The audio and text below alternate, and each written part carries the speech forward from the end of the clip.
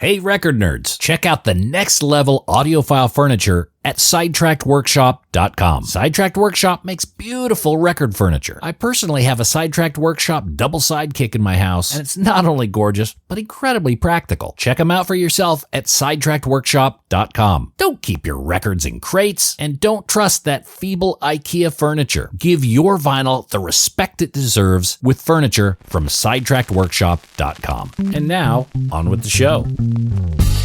Welcome to The Vinyl Guide, the podcast for record collectors and music nerds. Here's your host, the biggest record nerd of them all, Nate Goyer. Well, hey everyone, it's Nate. Welcome to episode 492 of The Vinyl Guide, the podcast for record collectors and music nerds. And wow, what a weekend. Those of you who follow me on Instagram probably are aware that this last weekend, this Saturday, April 5th, was the Glebe Record Fair. And Glebe is a neighborhood here in Sydney, Australia.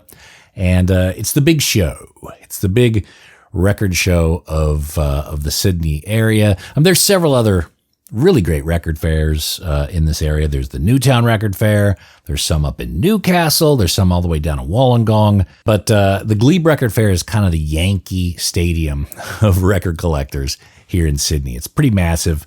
About 120 tables. It's twice a year, and it is always a great day. So we had a couple tables. We had some rarities. We got to talk to a lot of record collectors. And, of course, I bought a bunch, too. Some great records were to be had. I put them up on Instagram if you want to see all the details. But some of the highlights were the Radio Birdman Burn My Eye EP. That's a very difficult one to get, their very first release. I also got a copy of the Sonic Rendezvous Band City Slang single, which may be one of the best songs ever recorded. I mean, that's of course subjective, but give that song a spin if you haven't heard it yet. It's up on streaming, of course, or you can probably find a YouTube of it. That is such a great song. I could just listen to it over and over, and I finally got an official single of that song. A couple great albums, too. Anyway, it's all up on Instagram if you want to see it. And thanks to everyone in Sydney who swung by the table, said hi, had some fun, grabbed some records, and it was a great day all around. Also, just to let you know, the cat's out of the bag, I will be at the Austin Record Fair in May. I believe it's May 1st, 2nd, and 3rd, whatever that weekend is, those 3 days, that Friday, Saturday, Sunday. Tickets have been booked. No turning back. Wife is aware and supportive, which is fantastic. And so I will be there. So if you are in Austin or anywhere near there and want to get there and want to check out some records, well, make sure to show up to the Austin Record Convention and look for me there. And I'll look for you. And I'd love to meet people and listeners in person and say hi and talk records and see what other good loot they have there. I hear that's an absolutely incredible record show, some 450 tables or something. So it's going to take a few days to get through. So today, while we're talking about specific dates in the calendar, April 12th, Saturday, April 12th, 2025 is Record Store Day. And Record Store Day is a pretty exciting time, especially for record dealers and independent record shops. A lot of them make a huge percentage of their annual income on this one weekend. So even if you're not that interested in some of the RSD titles that are coming out, it is still a great weekend to go visit your local record shop and maybe stretch yourself and splurge a bit on some of the records that you've wanted all along. It's a good weekend to do that, and again, sends a great signal to the independent record shops and helps keep their doors open. So make sure to make some time this weekend for that. Today, in commemoration of Record Store Day, I'm going to be talking with Zev Feldman, who you may know as the Jazz Detective. Zev is an incredible dude. He has spent the last several decades hunting down these very rare recordings. Most of them are in the jazz genre, but he does kind of stretch himself outside of that as well. And every Record Store Day, he generally has several really interesting, really cool recordings. This Record Store Day is no exception. There's 6 recordings which Zev is part of and are going to be making their debut on Record Store Day, April 12th. We'll go through each one of those today. And what I really like about what Zev does is these are not reissues. These are not recordings that have been available, and this is kind of a new, version of them or whatever, on blue vinyl or a picture disc. No, these are mostly recordings that have never been heard before. Many of them never even bootlegged. He's just tracked down the tapes somewhere in the world. Sometimes they were recorded by radio stations or different engineers that just happened to be around or had plans to see this show in 1966 or whatever, and brought a recorder and able to capture a concert that would have been lost to time. So the work that Zev and his team does is really, truly incredible. It's very unique, and it's brand new music that is brought to us for Record Store Day. So we talked to Zev about his 2025 Record Store Day debuts today. Oh, and by the way, there's an extended version of this episode only available to patrons of the show, patreon.com/vinyl guide. If you like this show and you want to help support your buddy Nate here, get me a couple burritos each month. That is hugely appreciated. Go up to patreon.com/vinyl guide. Support the show. You get access to extended interviews, high resolution, and commercial free. You also get them early, which can be very handy, especially for the collectible records we talk about. Gives you the jump on some of those records that are about to be on the radar of many thousands of listeners. So patreon.com/vinyl guide is a great place to go. Help support the show, and I'd be forever grateful to you and yours for that support. Alrighty, enough of the jibber jabber. Let's get into our conversation with Zev Feldman on his Record Store Day releases for 2025. Is that Zev Maurice Feldman? It certainly is, Nate Goyer. How are you? Some people call you Maurice. Is that something like that? Yeah, exactly. Good to see you, Zev. It's do you have to rush on account of me? I know you're real busy these days. No, I got back, and you know what I'm doing? I'm looking. I have like a little cheat sheet that I put together when I get on calls like this of all the talking points. If I have a brain fart, there's something that I can kind of fall back on. Forgive me. So, yeah. I know you know how to position your records. You've got about 6 coming out for Record Store Day, something like that, right? Yeah. Now, I want to hear about each one of them, and we'll go through each one of them. You'll read every bullet point on that sheet, make sure we know those details. Before we do, I want to just get your thoughts on the status of lost recordings. Now, Zev, we've had you on the show multiple times. You're the jazz detective. You're calling around the world, flying around, finding these hidden gems. Are they getting harder to find these days? I want to say this. I just feel such great optimism. I think we have been on a roll. We're continuing to find these gems. And I'm just becoming more surprised and pleased and excited with some of the things that are rising to the surface. It's been a very exciting time. I have some thoughts also that we're in this period right now for so many of us music enthusiasts that, we may have like grown up listening to so many of these studio albums, but having these live documents is kind of like a renaissance in some ways. It feels that way for me of just being a jazz fan, because more than ever, there's like a flow of stuff to listen to. And it's oftentimes from our heroes who sadly in many cases have been gone for a long time. But we get to vet the best of the best, and I think really celebrate the legacy of these artists. It's an exciting time, I think, selfishly for me, but I also know like I'm building these records for us and people like myself, and I think I just speak for a lot of us that it's an exciting time, and it's been amazing. I'm happy to be a part of it. Oh, we're glad you're a part of it, and in many cases, steering the ship as well. I guess I was just thinking, with so many jazz legends and industry colleagues starting to pass, I mean, these are the people with tapes in their cupboards, and old trunks, things like that. I guess there's a fear from my part that they're starting to leave these excellent gems behind with no known information. But you remain optimistic, which is great. But is that also happening in the background? Is there something? Is it a bit of a race against time at this point? Well, I think there's always. I think there's no time than the right time, and the right time is now. I mean, listen, like the old song goes.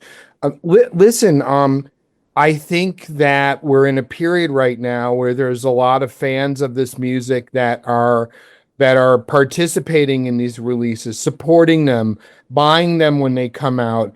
And if anything, it's really grown not for the faint of heart. It's really difficult sometimes getting the resources and rallying together the company's support to get these projects out. I see us as kind of like, breaking down that wall and let's just do it now. I'm not trying to measure anything, but if something comes my way and it makes me excited, you know what? I may have like 20 projects going on at one given time in different stages, and it's all important, and I'm willing to give it the attention that it needs.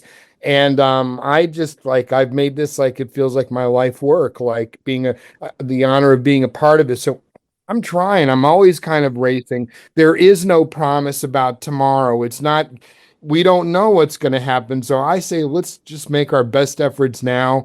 And, I think it's one of the reasons too, Nate, that I've been very proactive with the number of companies because what'll happen is not every record is for every record label for a variety of factors, including the taste of the executives within. And for me, it's like if it doesn't work out somewhere, I have an opportunity of taking it somewhere else. And George Claben at Resonance Records, where I've been working for 16 years now, he gets really the first swing of it, unless if there's an obvious rights holder, like, hey, I got a Horace Silver recording, and he signed the Blue Note, and Blue Note's interested. I go through a sea of different decisions and thoughts that kind of steer the ship with this. But it's the reason why I've been working with so many different companies, because not every recording is made for everyone. And selfishly, I just want to see it come out. And I want to be a part of it. And I want to wave the flag and raise the flag for these artists that excite me. It's really selfish, Nate, what I do, because it's so fan driven, and that's really dictating of where the shiny light is and where I throw my attention. It's what really excites me, because if it doesn't excite me, I'm very fortunate. I'm in this position where a lot of great stuff is coming along. So I've got to be select too. So you receive a lot of phone calls, from the point of you receiving the phone call to the point of something coming out as a product like we're going to talk about for Record Store Day. Sure. Is it about what, you've got to say no to 20 of them before you find the one that's worthy of seeing the light of day? Well, I've been lucky because it seems like there's so much great stuff that's been coming along. You asked me in the beginning about the status of discoveries, and I'm very optimistic because it seems like, luckily for all of us, every day something's coming along where we have to say, that's very interesting. Yeah, I really think that should come out. But yeah, these things are happening, and are happening on the norm. And anyways, but there's a lot that goes into it. Are you anticipating any changes in that pipeline with the, not to get into politics, but the current changes in funding of government institutions, Voice of America, radio stations? Is that cause for pause in terms of the pipeline of recordings that may end up in the dump? I don't know exactly. I'd like to think that we're not at a point where an institution would just dump everything. We talk about the Voice of America. Well, just to give you an example, they recorded so many recordings at the Newport Jazz Festival from the late 50s for many, many years. And, some of those are at the Library of Congress and other educational institutions. These things were documented. So I'd like to say that it would be a travesty to think that stuff just gets thrown out. I'm concerned in this moment about tariffs and how that's honestly going to affect manufacturing and a whole variety of other issues, how we all do business. Because frankly, let's be honest, the music business, especially working in the jazz or archival business in general, we're not talking about major tens of thousands of of units going out the door. These are very low quantities that are often made, and it's very slim margins as it is. And I dare say the word philanthropic comes into this too, because these label executives and the folks that I work with, we know how to make some of these projects work, but you can easily hemorrhage, and you'd be really in tough shape if there's leftover inventory. And we don't, I hate to get into the nitty-gritty of the business, but all of this dovetails together, and we have to really think about the big picture and what it takes. Because if you have a couple that don't do so well, it can really affect the outcome, including the confidence of these people, these generous individuals that make these projects possible. And I feel very strongly about that. I Okay. hope that makes sense. Yeah. Are you guys using US-based pressing plants, or is it around the world? Well, at Resonance Records, we've been using a company called Levinalist, which is in Canada. They've been doing a phenomenal job for us for a number of years now. Really wonderful audiophile pressings. And our paper goods are done here in the States sometimes.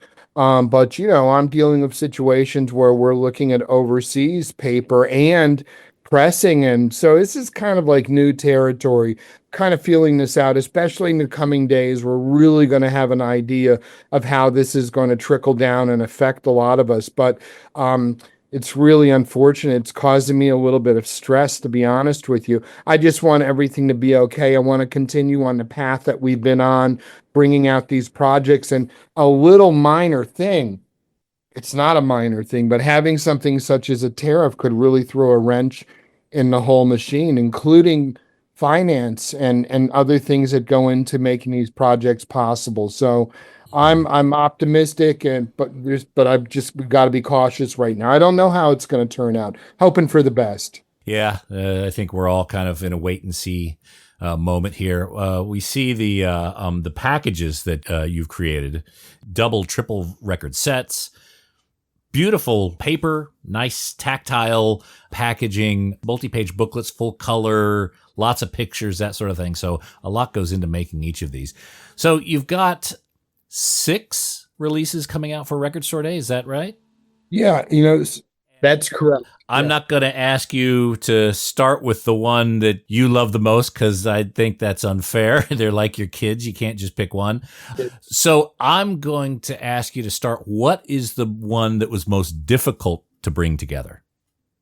The one that was most difficult to bring together, no question about it, was my Patsy Cline Imagine That, the Lost Recordings release, which is on my Deep Digs imprint, which is through Elemental Music. These are rare and previously unpublished recordings from 1954 to 1963.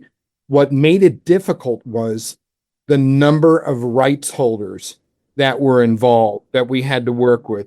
And I have to say, working with the Patsy Cline estate and her daughter, Julie Fudge, has been just wonderful, and so meaningful. But we had to work with all these different sources of folks that provided material that we would transfer, make copies of, use. We had a whole number of duet recordings, but the amount of paperwork and contracts that had to be drafted for this one was over the top. It was more than I think that I've experienced before. And there were times where I was like, oh my gosh, are we going to get through this? I've produced a lot of records, thankfully, but this one really was challenging. But we got through it. Okay, so that's interesting, because I guess when you do a jazz recording, it's the same 5 or 4 people in the club. And it's the same throughout the whole set. Patsy Cline, there's 52 tracks. And date back into the 50s. So, that's got to be a monumental task. Almost a whole new set of stakeholders for each track, I would imagine. And having these sources from people. For instance, there's a gentleman named Mark Zeidelman whose family had acetate discs of the earliest known recordings of Patsy, recorded at WARL in Arlington, Virginia in 1954. And a man tucked away here in the Maryland suburbs, right outside Washington, D.C., his family was holding on to this. And, but there were kinescope footage and all sorts of different sources, and we had to make arrangements. The Country Music Hall of Fame, the Grand Ole Opry, some pretty prestigious organizations were involved in bringing this release to see the light of day, and I'm very grateful. It's Nate, this is a really personal project for me too, and a lot of people think of me and associate me with jazz music, but I've been just like a vinyl collector of so many different genres forever, living in record stores. And about 25 years ago, I moved back to Washington, D.C. I'd been living in New York, and there is a record store here that for decades I've been going to, named Joe's Record Paradise. And my friend Joe Lee, who sadly passed away last year, he knew this man named Leon Kegerice, who was profiled on NPR. He was on the Today Show. He was in the New York Times, the LA Times, because he had these collection of country tapes. And he would go out and record on site, and he had this archives. But he was a Bendix TV repairman, and he figured a way how to record audio directly off the television set. Last year, got a phone call from a recording engineer in Frederick, Maryland, named Dylan Utz, and this guy wanted to get his hands on these recordings. They were from the Don Owens television show. This was a man that also managed Patsy, but he had a television show, and Patsy had 8 performances, and we have them on this release, making their debut for the first time. So I got the phone call about them. I wanted to be involved, and I thought it was one of the most meaningful opportunities I would ever have on doing something. Patsy Cline is an icon. She means a lot of things to a lot of people, but she is a timeless, important artist whose music still resonates. It transcends generations and audiences, and we're going to be talking about her for a long time. So her music's going nowhere, and it was a chance of celebrating her. So I'm very happy to play a part of this and have this on my label, Deep Digs. That's fantastic. Now, Patsy Cline is such a core artist. I mean, I know a lot of people who, when they think of the country music they like, they think of names Johnny Cash, Hank Williams Sr. Well, Patsy Cline is on that Mount Rushmore of country artists, foundational country artists. And the sources were all over the place. They weren't just the possession of one person or one archivist. You had to search around. So this is a multi-year project, it sounds like. Yeah, and honestly, I have to give full credit to our discographer and my co-producer, George Hewitt, and my co-producer and audio engineer, Dylan Utz. We were really like the three amigos on this, musketeers on this project. And it was just a think tank. Those guys are the Patsy Cline scholars, the academics, the experts. They could tell you every nuance that you needed to know about the music itself and the history behind it. So I had a great team I was collaborating with. My role was really also about putting this together, getting the resources together, and explaining to the up and ups about why we needed to do this project. But I was very happy we found a way of making it work thanks to Elemental Music. And there was just a lot of generosity. And I'm so excited with the way that it's turned out. The booklet and the package is extraordinary.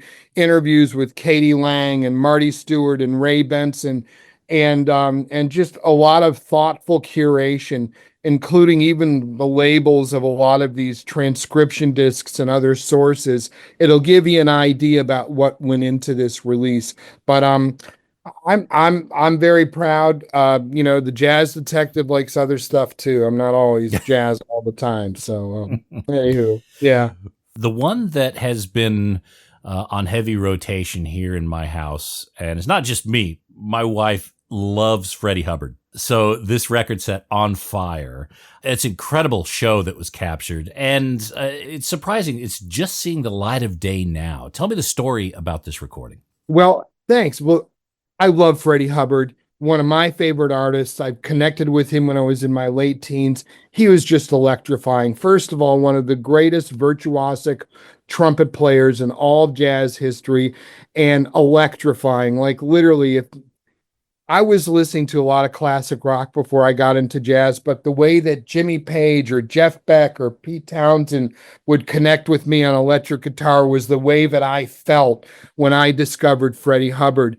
And these recordings are extremely special. They capture him in peak form.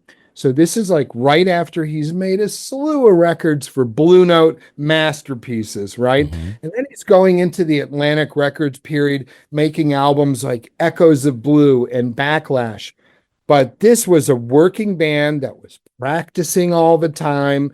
They soar at incredible heights, but the recordings have been tucked away for decades, and they were made by a man named Bernard Drayton. Bernie Drayton is a Renaissance guy. This was a man who was a photographer, was a producer, and he's also one of only a few African-American recording engineers in the jazz field. I think about the great Ray Hall, who ran RCA Studios in New York. I think about Orville O'Brien, who recorded artists like Ornette Coleman and Alice Coltrane and Roy Brooks and countless others, and Bernard Drayton.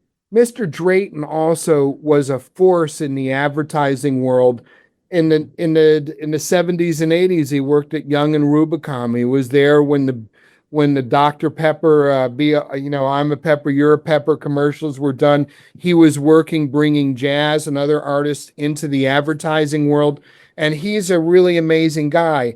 His son is Charlie Drayton, who is the drummer for the Expensive Linos with Keith Richards. I've been on the road with Bob Dylan and so many others. And then there's a lot of musical lineage in his family too, including his father and other relatives. But Bernard Drayton made these tapes for WLIB Radio in New York. There was a program director there named Del Shields, and he had him come out to this club that was called the Blue Morocco. It was in the Bronx. It wasn't around for all that long, but the owners of the club are some very noteworthy musical people. I'm talking about Sylvia and Joe Robinson, the folks that owned Sugar Hill Records. And anyways, these records were made, that both the Freddie Hubbard and the Kenny Dorham are made in 1967.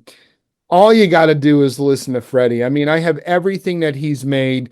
I've listened to him. I really worship this guy, man. I just am such a big fan, and it shows him at his very best. And when we were working on this release, Bernard Drayton said to me, man, we should say something about the fierceness of the heat of this playing. So kind of Freddie Hubbard on fire stuck and was born. Look, Freddie Hubbard is a stunning artist, like you said. And it's interesting you bring up, you were into rock and you start venturing into jazz. To me, Backlash was one of those albums that brought me from rock into appreciating jazz. And Backlash is a perfect album to be that bridge for you. And this is recorded, I think, right around the time he was recording Backlash. A lot of the same tracks are on Live at Blue Morocco that are on Backlash, yeah? Yep, exactly.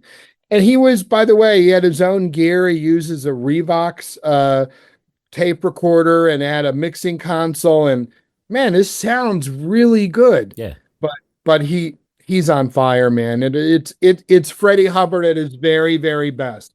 I mean, just at a really important, amazing time in his career. And I know that Freddie I've spoken with Bernard Drayton about this. Freddie had listened to these recordings and just was amazed himself listening to them. And we got a chance to work with Freddie's son, Dwayne Hubbard, too, which was also very nice. And yeah, man, it's a great one. Now, when Bernie Drayton was recording them, he was recording for, you said, WLIB. Yeah. And they would be played once or twice, and then he just held on to the tapes. Is that the story? Something to that end. Yeah. Yeah. But he's had these recordings for a long time, and he brought the tape and the equipment and everything and recorded it himself. So yeah, he was hanging out at this club back then. And by the way, really a short-lived place. Not a whole lot's really known about the Blue Morocco, but they owned it, and it was around for a quick minute. Seems. So there's the Freddie Hubbard album. The Kenny Dorham album recorded the same Blue Morocco, Blue Bossa in the Bronx. Tell us a little bit about that recording.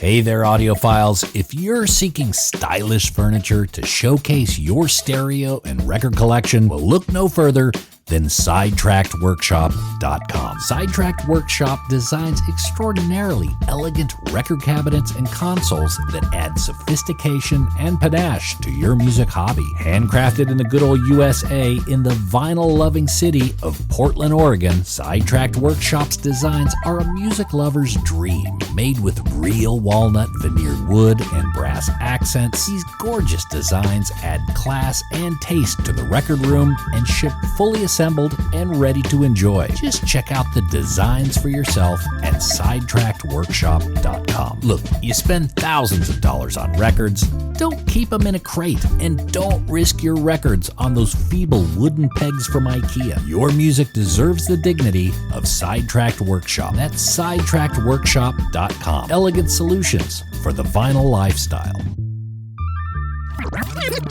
Oh, and hey, record nerds, don't forget to clean your records with the very best and safest record cleaner, the Groove Washer. Make your records look and sound their very best and store them with confidence using the new Groove Washer Groove Guard record sleeves. You gotta try this out. It makes a huge difference to the quality of your vinyl experience. Ask for the Groove Washer by name at your local record store and accept no substitutes. Or head over to groovewasher.com and use discount code VINYLGUIDE10. All hail the Groove Washer. That's groovewasher.com, discount code VINYLGUIDE10. So there's the Freddie Hubbard album. The Kenny Dorham album recorded the same Blue Morocco, Blue Bossa in the Bronx. Tell us a little bit about that recording. Paul Chambers on bass, as I understand, yeah? Yes, sir. Okay. And Cedar Walton, Dennis Charles on drums, and Sonny Red on saxophone has some avant-garde tendencies a little bit too, which is great. He also made an album a lot of people know on Blue Note as well. This was a working band, which really amazed me. I remember the late, great influence of mine, the legendary Michael Cascuna, told me he actually booked this band to play his high school prom, believe it or not. It was a working band in the New York area, but you know, there's something to be said about that. I have to tell you, like, of all the record store day stuff for this year, if there was something that I've been drooling and going after for a long time, I've known about the Freddie and Kenny Dorham tapes probably for the greater part of 15 years. And we've been talking for so long about it. Having this music come out is very special. But the Kenny Dorham is a rare bird. Look, he passed away around 1972. He was really, when we talk about trumpet players, Nate, and guys whose legacies have matured in incredible ways, you know, Kenny Dorham is really regarded as one of the most important jazz trumpet players, just an iconic guy. And I think about when I was getting into jazz music, definitely this great Blue Note output, albums like Trumpet Toccata and Una Mas and others. And folks know Quiet Kenny, which has been really a celebrated reissue over the years too. He's just an important guy, but this is rare. We don't find Kenny Dorham tapes every day. And this to me was like, oh man, like, I remember like losing sleep over this, like salivating, literally wondering, oh man, I want to get this deal done with Mr. Drayton so we can bring this out. And then speaking with Kenny Dorham's family too was also very nice, working with his children to bring this out. And Kenny Dorham would have celebrated his 100th birthday last year as well too. So all this is kind of happening around a time, but we learned a lot about him, and this great recording made at this club. But man, check out the liner notes. Bob Blumenthal wrote a really terrific essay too, and we even interviewed the late, great, legendary Dan Morgenstern, who was one of the founders of the Institute of Jazz Studies at Rutgers. Well, he worked at Downbeat. He told me, I guess, ready for this? I didn't know this. But Kenny Dorham was a very good writer. He had been actually writing his autobiography, which Downbeat published a chapter of it. But for a period, he was even contributing writing reviews for the magazine. And Dan Morgenstern was just sharing a little bit with us about the great intellect of this man, too. I wish I would have had a chance to see him live or meet him. He is just something of legend. But man, Kenny Dorham, previously unissued, and guess what? We even paid the family. Come on. I mean, there's a lot of stuff coming out. I'm sorry. There's a lot of music that comes out these days. Sometimes a lot of it's even European based. I'm not going to mention labels, but like we go through the necessary steps of finding the musicians and their families and doing it right. But this is a great package. I'm really proud of it. Kenny Durham, unissued. Who would have thought? Yeah. I'm very happy. So speaking of jazz history, we've got Mingus in Argentina, the Buenos Aires concerts. This is a 3 LP set. This is across 2 dates. I imagine both dates are pretty well represented on there. Yes, exactly. 2 concerts here, and these are from June 2nd and 3rd in 1977. This was part of a South American tour. This is with tenor saxophonist Ricky Ford, trumpeter Jack Walrath, pianist Bob Nellums, and the great Danny Richmond on drums, a guy who really had serious history with Mingus going back quite a ways. This was a working band, I think full of a lot of fire, and, especially like Walrath and Ricky Ford were some of the young guns at the time also, and it's just a really solid band. Arguably this is like coming into the 3rd act for Mingus, right? But there's something really musically really great about the band, and their incredible solos that are played, and I think it really represents Mingus, and he's soloing on here and he sounds good, but it's a great representation of the band. It's an important period still in Mingus's music, and they're active and they're playing. I'll tell you a little bit about the tapes. They came from a recording engineer in Buenos Aires named Carlos Malero. Now, a few years ago on Resonance Records, we put out recordings of Bill Evans, recorded in 73 in Buenos Aires and in 1979. And it's the same recording engineer. And those tapes were in the same archive. And I felt that we really should go for it and bring out this music, because I know there are a lot of people that are going to enjoy it. It's a great recording. But yeah, it's a 3 LP set. Matt Luthens did the mastering for vinyl for this as well. And, we have a really great package, for instance, with author Brian Priestley, who wrote the biography on Mingus, also Argentinian author Claudio Parisi. But we also interviewed Jack Walrath and Ricky Ford too, and wanted to really tell the story about that chapter. Mm-hmm. So, hey man, it's Mingus. It's great. It was also recorded, I think, less than a year before he found out he had ALS. Do you know if he was starting to feel the impacts at this point, or is this probably the last spate of shows he had before he started showing any difficulties? I don't exactly know when diagnosis came in, but you're right. It's kind of like all in this window, but man, he's still touring, they're still gigging, and there's great energy and even banter on the bandstand. You listen to Mingus, he's very lively as always. He's definitely not subdued. Listen to Fables of Faubus, for instance, which is really cool. And, there's just a lot of great stuff on there. But yeah, you're right. It's really tragic. I wish he would have had a longer life, but even into the 70s, he was making great musical strides and still playing for audiences. But I'm sure this must have been a very thrilling event to have happen in South America. And I think as we learned from the Bill Evans recordings, that this wasn't always an occurrence of American artists coming down there. So when it happened, it was really a special event. And the second concert of the tour, the first tune, the first tune of the second concert, we fade into it, was we lost just a little bit, but it was a really important performance. But that was from a concert that was put together, as we understand it, at the last minute because of the such great demand from the day before. They put the second concert together and they did that. So, okay. So that second date wasn't even planned. It was just the response from the first date led them to do a second date. There was an opportunity of doing something, and it was a last minute concert too, which I understood. It wasn't planned. I can't even imagine doing something like that these days. Seems like we always got to give notice to promoting, shows. Were any of these recordings, Mingus, Dornham, Freddie Hubbard. Any of them bootlegged in the past? Were there unofficial versions of it, dirtier versions of it? Or are these unheard by most collectors? These have been all unheard, except I would say that the Mingus had circulated, I think briefly. I believe they were also on YouTube. But we got the tapes and we took down those links. You know, we all, I think, listened to a lot of stuff on there, but it is like the Wild West.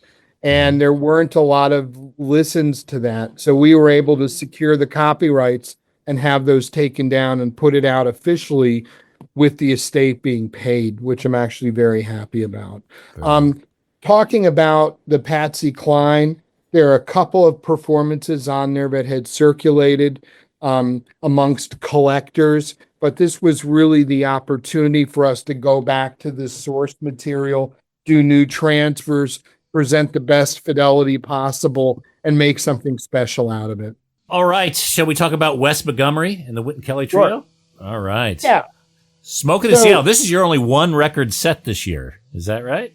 That is true. And this is a reissue, I want to say. I think we first put this out around 2016.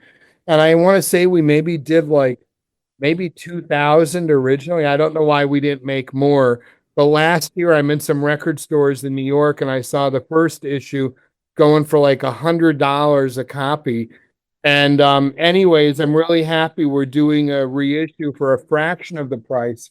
But it's got a new cover. We have a brand new remaster, including working from the tapes directly. Matthew Luthans did a fresh transfer. He was able to, the first issue had an issue with faded out early. There were some people that wrote us about that. This is a new mix and it sounds great. But man, like Wes Montgomery and Wynton Kelly together are one of the great combinations in jazz music. Talk about guys who really knew how to swing, and with Paul Chambers and Jimmy Cobb on drums. I mean, just wonderful. Actually, I'm sorry, I misspoke. That's Ron McClure on bass. Okay. Who was with Wes very briefly. So, but these are really terrific recordings too, and they're broadcast quality. They were made for King FM originally in 1966. And anyways, it's Wes at his very best in a very amazing period of his career, and they sound good. And he's like stretching out all over the place too. And people who love his octaves are going to love this recording as well. So before we get into, I think the final one, which is the Bill Evans one, I got a question. This may put you on the spot a little bit. Okay. But if you have a time machine and you could go back and see one gig, what would it be? For Bill Evans or for anybody? For anybody. Time machine, whatever. Oh, geez. Boy, that's really tough.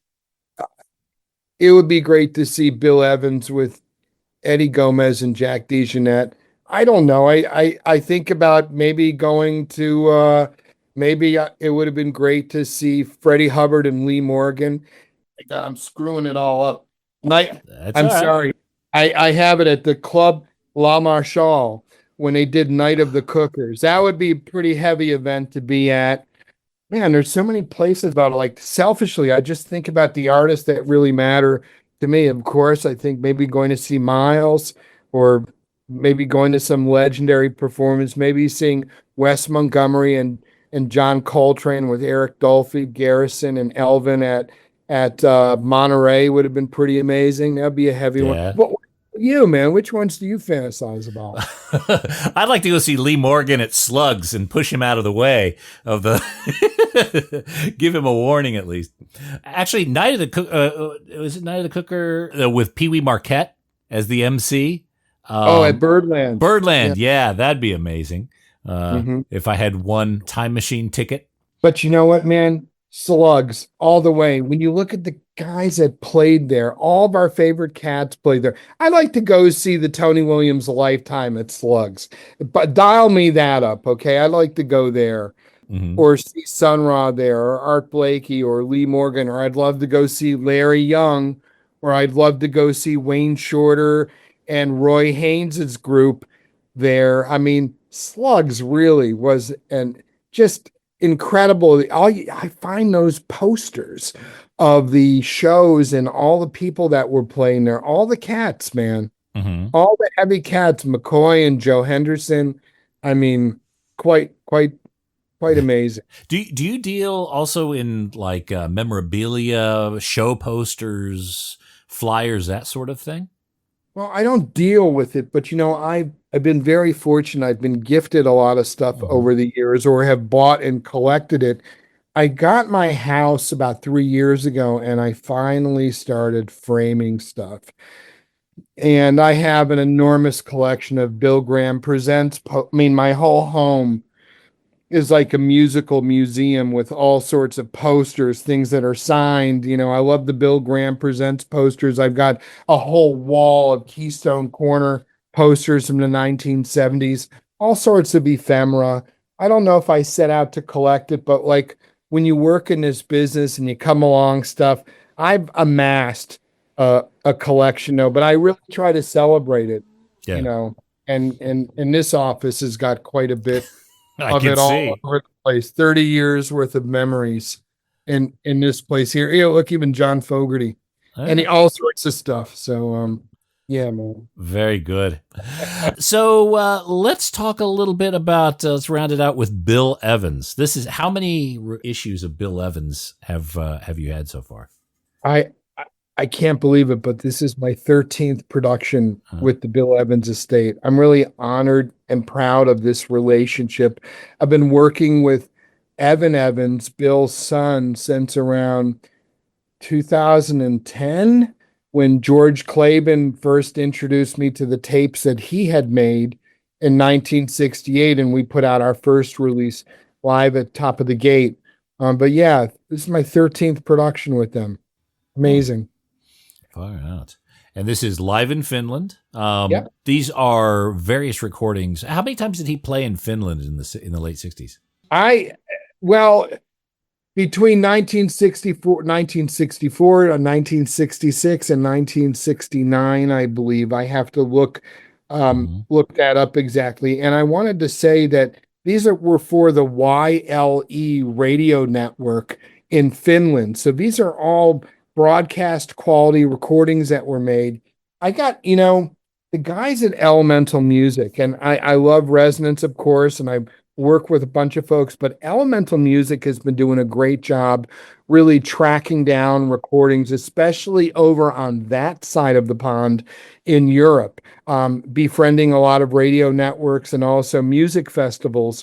And they've been coming up with stuff. They contacted me last year and they said, listen, we found some stuff that's not even in any of the Bill Evans discographies. Even the most of hardcore collectors don't know about these recordings. So Elemental got the tapes and we were able to work from them and bring out these recordings, but they represent three different trios. We have the recordings most earliest with bassist Chuck Israels and drummer Larry Bunker.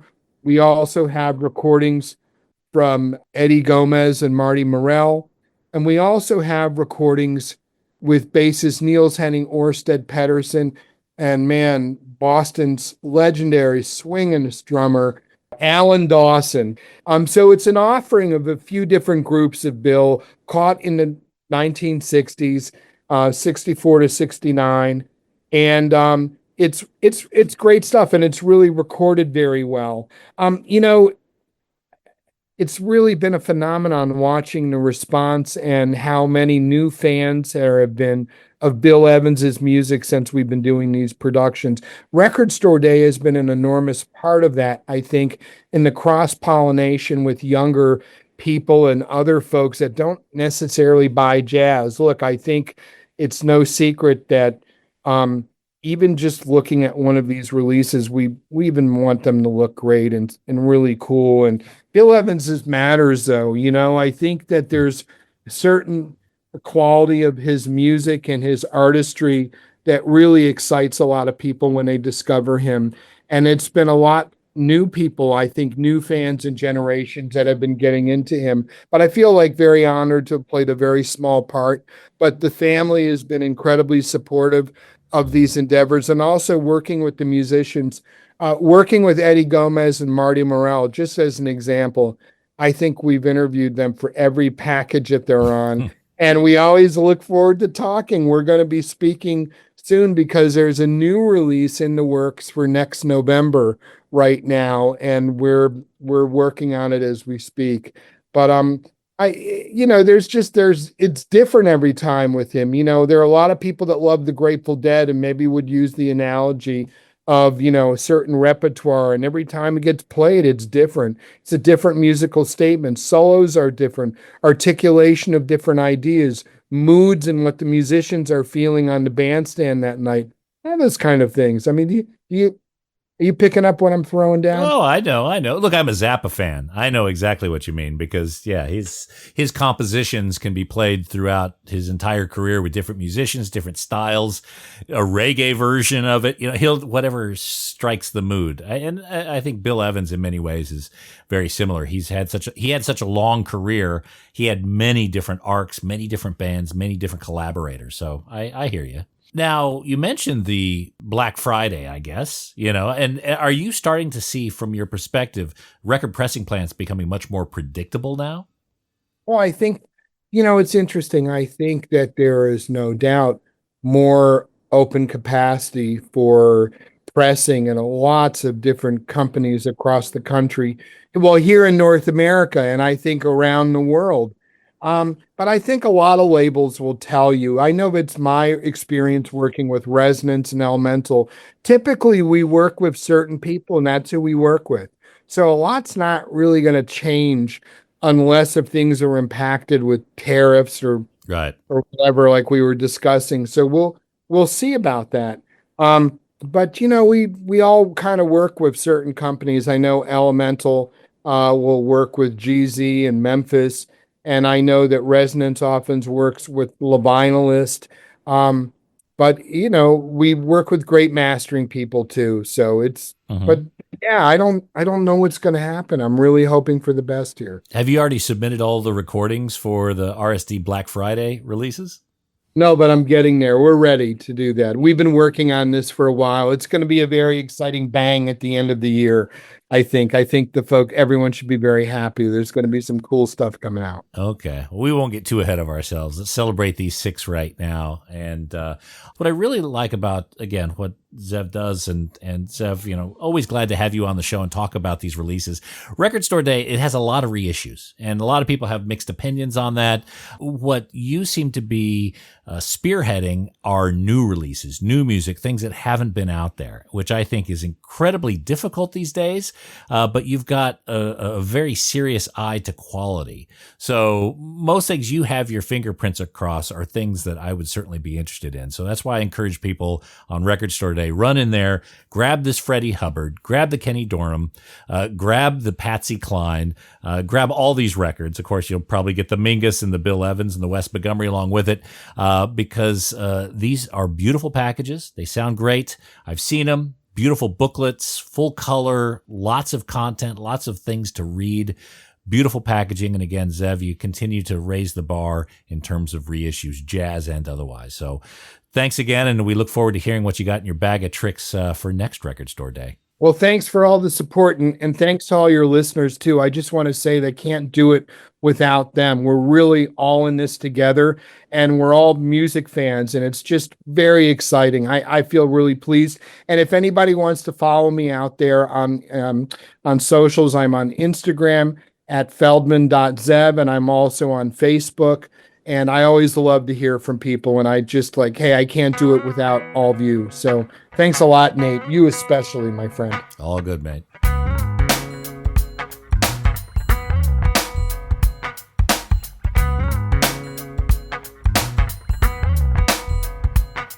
All right, there he is, Mr. Zev Feldman.